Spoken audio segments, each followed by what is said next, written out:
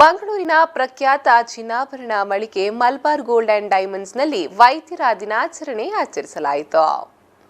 ಮಂಗಳೂರಿನ ಫಳ್ನೀರಿನಲ್ಲಿ Malabar gold and ಡೈಮಂಡ್ಸ್ನಲ್ಲಿ ವೈದ್ಯರ ದಿನಾಚರಣೆ ಅಂಗವಾಗಿ ಎಜೆ ಇನ್ಸ್ಟಿಟ್ಯೂಟ್ ಆಫ್ ಸೈನ್ಸ್ನ ಅಸೋಸಿಯೇಟ್ ಪ್ರೊಫೆಸರ್ ನಿತೀಶ್ ಭಂಡಾರಿ ಅವರಿಗೆ ಸನ್ಮಾನಿಸಲಾಯಿತು.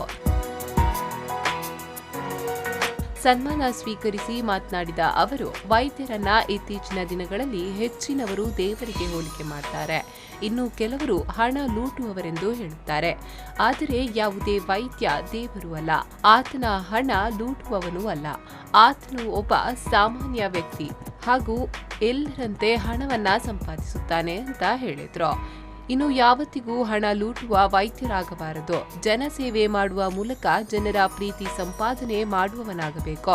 ಮಲಬಾರ್ ಗೋಲ್ಡ್ ಜನರಿಗೆ ಉತ್ತಮ ಸೇವೆಗಳ ಮೂಲಕ ವೈದ್ಯರಿಗೂ ಒಂದು ಗೌರವ ನೀಡುವ ಕಾರ್ಯ ಮಾಡುತ್ತಿದೆ. ಇದು ಶ್ಲಾಘನೀಯ ಎಂದರು.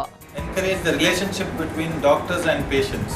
It's not only to praise the doctors or doctors whatever he has done. It is basically to encourage the relationship. As you see nowadays, media is creating a lot of things between doctors and patients. It is not that. Another thing is, doctors are not God. Okay, that's a wrong perception that doctors are God. Everywhere they say doctors are God. No, doctors are not God. Doctors are also human beings.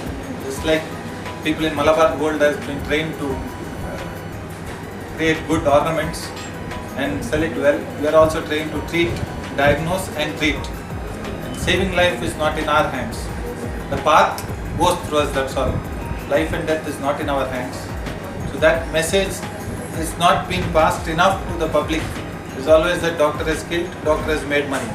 No, we doctors don't make money. ಈ ವೇಳೆ Malabar gold and ಡೈಮಂಡ್ಸ್ನ assistant store head Mohammed Shahal, marketing manager Karthik Kumar ಮತ್ತಿತರರು ಉಪಸ್ಥಿತರಿದ್ದರು. ನಾಗೇಶ್ ಕಾವೂರು, ವಿ4 news 24/7 Mangaluru.